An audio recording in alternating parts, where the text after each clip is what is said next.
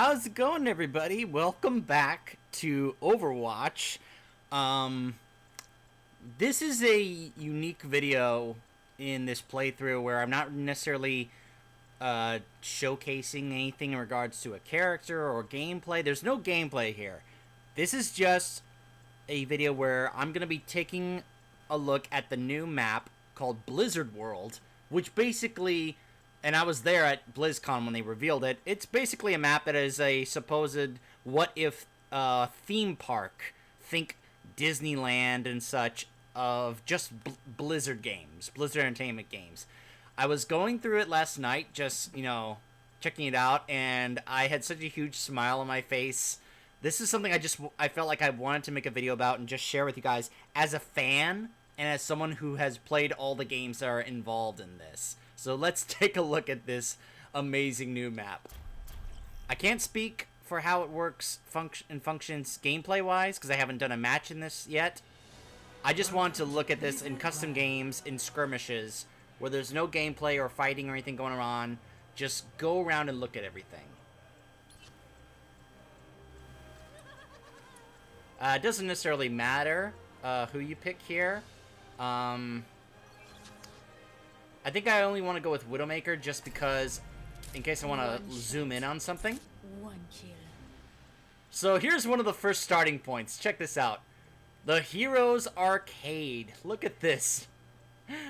We got skee ball, murky skee ball, air hockey, Asmo dunk. By the way, this drink here. What is that? What is that inside the lid? Do you notice that? I don't get that. What is that supposed to be? Is that supposed to be like frozen ice, like a slushy or an icy or something? I don't know. Just that basketball game, Asmo Dunk. That is so cute. Here we got the scoreboard here. High scores, Murky Skee Ball, Hall of Fame. The initials of, obviously, Overwatch characters. S76, Soldier 76. Blizzard World's soda machines. Really great. And then I walked out here and I had a huge smile. Look at this. Journey to Ire. Retake your homeworld in Preserver Vision VR. And then look at this. Welcome, shopper, to the Nexus experience. The Terran Adjutant. The announcer with the loudspeakers. We've got little collectible toys. A Zergling. Terran Marine. SCV. But that's pretty much it. That's all that there is, which is kind of disappointing. I was hoping for more. Death Wings. Food selections. A Cho'Gall popsicle. Oh, really cute. So cute. Idle SCVs to aisle StarCraft. repairs. Overlord Transport. Yeah, you'll see that outside. Supply for the swarm. We'll take a look outside in a bit. There you can see backpacks, either Heroes of the Storm or StarCraft themed, which is a play on the backpacks that we got when we were at BlizzCon, where we could put all the patches on there. Here, I guess, is the gift shop. Basically, some more. You got those gift bags if you want to buy those souvenirs. Those, what we see out here. Got this, I guess this is a pad or a blanket. So great. Same thing there. And then look out here. And then you come outside, and this is where it just is like, wow. Hi, Probius. The Nexus experience. And it's a Protoss Nexus. Oh, that's great. Pylon. Sergeant Hammers. Siege Tank. Just, oh, so great. Let's go back down here. Here we have another little restaurant area. Today's special is a Ravager doll combo with Stimpack soda. You must construct additional appetite. Thank you, Adjutant. I hope that's loud enough that you guys can hear the Adjutant talk. It won't be just the Adjutant. This is only because we're in the StarCraft area. It'll change to another voice when we go to other places. I will say, though, I'm a little disappointed that there's not more detail to these menus. I think it would have been like an incredible amount of detail and like props to the devs if they had put a lot more detail. Look, I will say though, that the food here, the texture's not looking that great. I mean, look at that cookie. Look at that donut. Ugh, the textures don't look that great. So, little disappointment in that regard for those specifically. Another little gift shop right here. Here we have, I guess, the only Diablo area on this theme park. The Reign of the Black King. And I will say that this is also an area that I feel like I'm a little disappointed in, only because there's really not that much here to look at, other than, like, I will say, I love that the rooms and, like, the objects around these rooms, it looks exactly like it would if you were going through some of the levels in Diablo. The little barrels here, the little weapons, the bookcases, the candles. It looks just like as if you were going through a map on Diablo. Let me see here. But yeah, you can see there's really not that much to interact with or anything in that regard. The only thing that's, like, really interesting, apart from those, is when you get over here. This is supposedly supposed to be the, a recreation of the room. Look at all the vases and all the smashable vases from the game. But this is supposed to be, Leoric's throne, where you fight the Skeleton King. And I want to go back and look at how it looks in Diablo 3 to see how much detail was put into this throne to match how it looks in Diablo 3. But really, other than that, you've got over here. You see what I mean? It just feels a little disappointing. Although, then you come back here. I love that we have, like, apparently the camera room. This is where the personnel are watching all the security cameras, making sure everything's all okay. Come over here, we find lore books.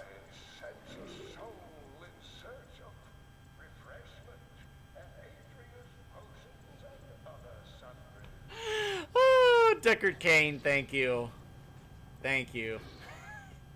So as I said, once you go to a different area, like I went here, all of a sudden I hear Deckard Cain. I sense a soul in need of refreshment. Authorized personnel only. The backstage area is here, though. Not really anything interesting. Just kind of empty. Chaucer can shield you if you have a lot of cash. With your purchase made, you can stick it in your stash. Thank you, Deckard Cain. But again, you come back here to the backstage area, you see some of the stuff they set up for, I guess, the experience. It's not necessarily a ride, really. It's probably just, you know, I don't know, what. It seems like one of those kinds of rides where it's, like, not really thrilling. Just kind of, it's okay. This is where the people who work on the ride come back here to just take their breaks, grab some coffee. So yeah, that's pretty much it for the Reign of the Black King section. Just, it feels like a little disappointing to me. I was hoping for more. So when we come out here and we look out, first off, I love that the little probes are over here just like extracting the minerals. But then look over here. Look at this. That looks exactly like the Diamond Gates of Heaven from Diablo. There's a Zerg Overlord. It's a hot air balloon. Pretty much. I love that. We have roller coasters over here, a Ferris wheel. Murloc Island. We have people. Look at that. Now, I will say, look at that. Not really that great looking. It's not like you can think that they're actual people. They're just kind of like just moving across. They're like holograms just moving across, so I'll have to take a look. Of course, there's the area for the Horde. If you're wondering what those are, there's a map over here. This is one of my favorite parts about this map, is the literal map of the theme park. Look at this. This is amazing. I love this. Blizzard World, the Deep Run Tram, the Lurky parking lot, the Gurky parking lot, Spawning Pools Water Park, Hatchery Petting Zoo. So here's where we're at. Heroes Arcade, Reign of the Black King, The Ghost Academy, Pylon Terrace, Flight to Duskwood. We'll take a look at that in a bit. Over here, we've got the Slaughtered Calf Inn, the Caldrum Market, New Tristram, Shen's the Lights. Is that Shen's the Lights? Shen? I mean, I guess I was kind of thinking of it. If it was Chen, I would think that would make sense. I don't know. Tyrael's Fall, which is basically one of those rides where it goes straight up to the top and then just drops you straight down, like really fast. That's pretty much what that is. The Command Center Liftoff, the Murky Parking Lot, the Tristram Cathedral, the Journey to Ire, I guess that's the roller coaster, the Overlord Transport, Black Rock Mountain, the Gates of Orgrimmar, the Hellscream. That's oh wait, no, wait, that's right. The Hellscream is the roller coaster. The Siege of Orgrimmar, the Dark Moon Ferris Wheel. That's what that is. The Zeppelin Landing, the Dark Moon Fair. It's over there. The Mage District, the Moonwell, Blackheart's Revenge, Murloc Island, Snacks Ramus, Booty Bay, the Fargo Deep Mine, Hearthstone Tavern, Escape from the Stockade, Ancient Kuros. It's wonderful. Khadgar's Herbs, Wizard Sanctum Magic Show, Lost and Found Vikings. Just wonderful.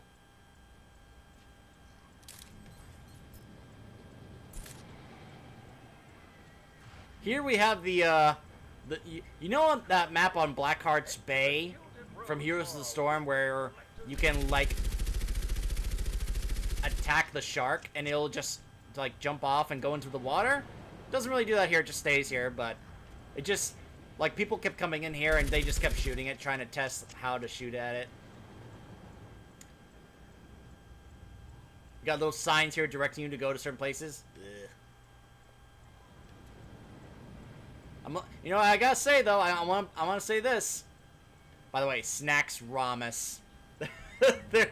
By the way, mailbox from World of Warcraft. Though I was a little disappointed there was no mailbox from Diablo over at Reign of the Black King. But again, no menus, nothing, just pictures of the food, no details. Gotta say, Blizz, I'm a little disappointed in that. Was hoping for a bit more detail in that regard.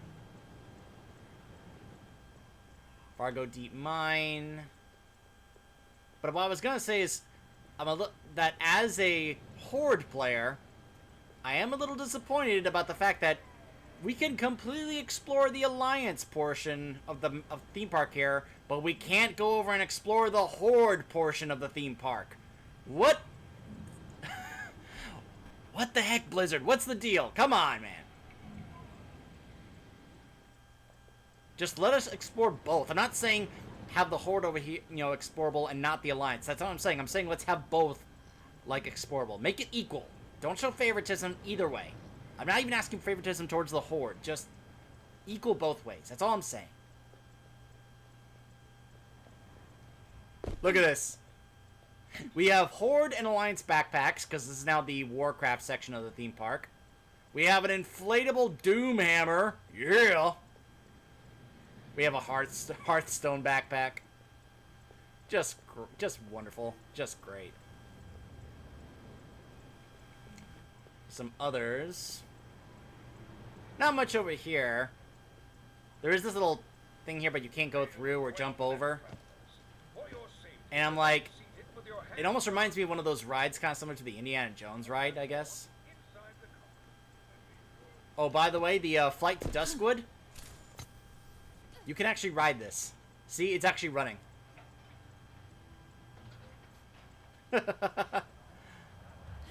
Whee!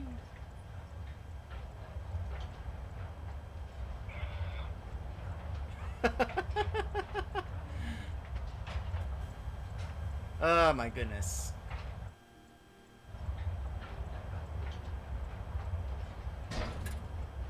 I wonder if that's the actual music that you hear. And now you can hear Uther. An exciting griffin ride. Oh, Uther. Quite an exciting ride, isn't it? See? Can you survive the Hell Scream? Flight to Duskwood, soar over Darkshire. And the heavens shall tremble, Tyrael's fall. Murloc Island, dive into adventure at Stonecairn Lake.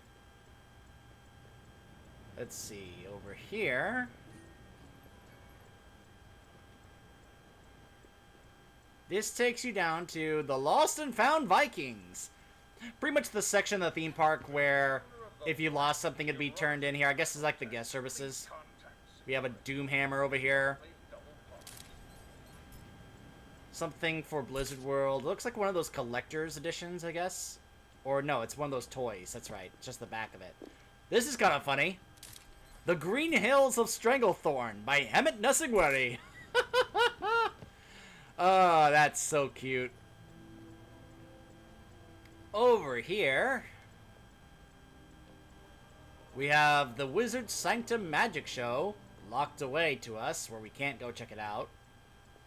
This is the other major starting area, the Hearthstone Tavern, where you can go in. We have signs there of Warcraft 1.1, Orcs versus Humans. We have a collectible inflatable Ashbringer.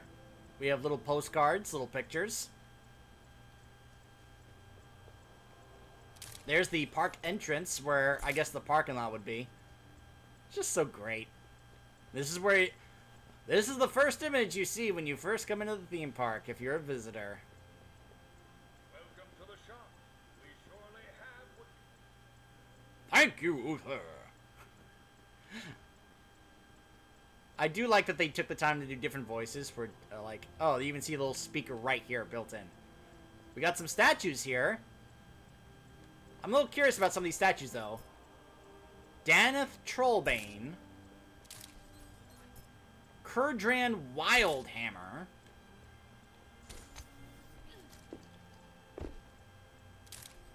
Ranger Captain Illyria Windrunner.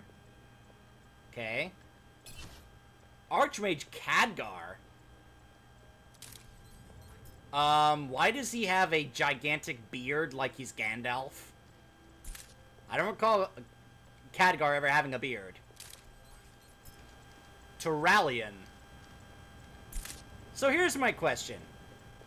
Here's a question I have, and this is coming from a Horde player, so forgive me for not being too knowledgeable when it comes to these characters' relevant to the Alliance. I'm sure if you're an Alliance player, you can probably answer this better for me in the comments, but I get Illyria, and I get Khadgar, though I don't understand why he has a gigantic beard, since that's not how he looks in Warcraft, and I guess I get Turalian, though I would think Varian or Anduin would be more likely.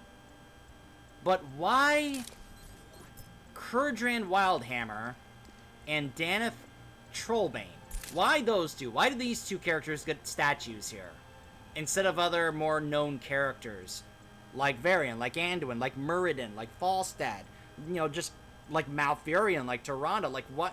Why these characters instead of some of the more relevant Alliance characters? I'm just curious. I'm not complaining because I'm not too knowledgeable about these two characters in particular.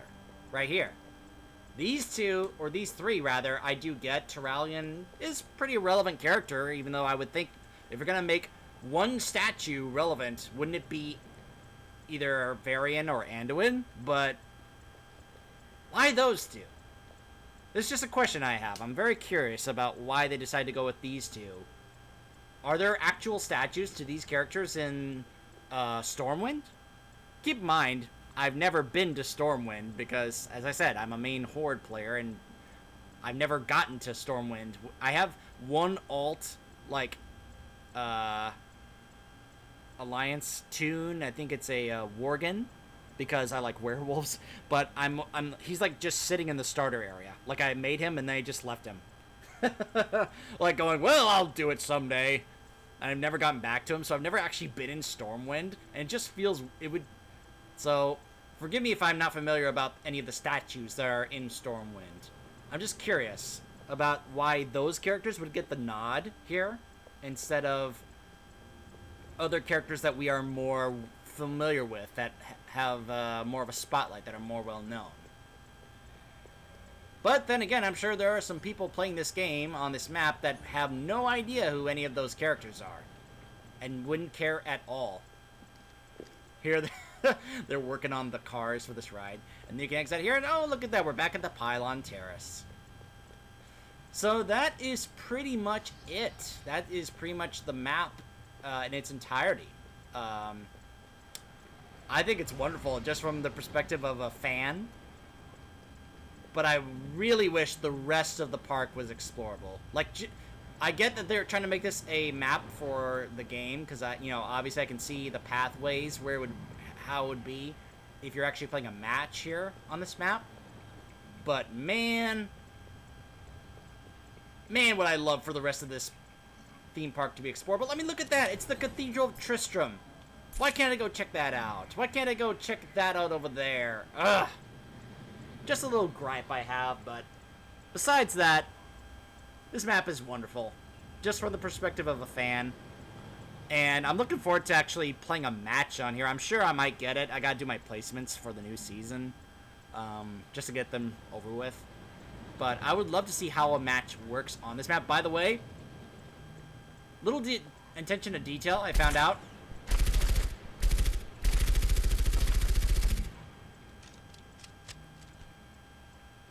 Those balloons keep going up into the sky for a very long time. Like, if I keep watching them, I can still see them, like, 1 or 2 minutes from now. It's crazy that they took the time to... Because they could have made it where they disappear after a certain amount of time. But they just keep going, and you can still see them keep going. It's crazy. So this is the Blizzard World map. As a longtime fan, and as someone who has played all these games... Absolutely love it. So many adorable things here. Look at these probes just flying through here, as if you have sent them on a task to go warp in things or collect minerals. Just wonderful. So cute. And again, this map here, just this whole portion here is explorable. All this is not, and I wish it was. I wish this entire theme park was one gigantic map. I'm just saying, there's potential here, and I really wish they could do more with it. And then there's that part of me that wishes that this was a real thing, because, man, I would go to this theme park. I would love to go to this theme park if it was a real thing. And I think they could have something on their hands if they actually decide to turn this into a real thing. I really do. So, that's the new Blizzard World map. Like I said, no gameplay. Just wanted to show it off. All the little details and such, just from the perspective of a fan. So, that's Blizzard World, everyone. And I'll see you next time.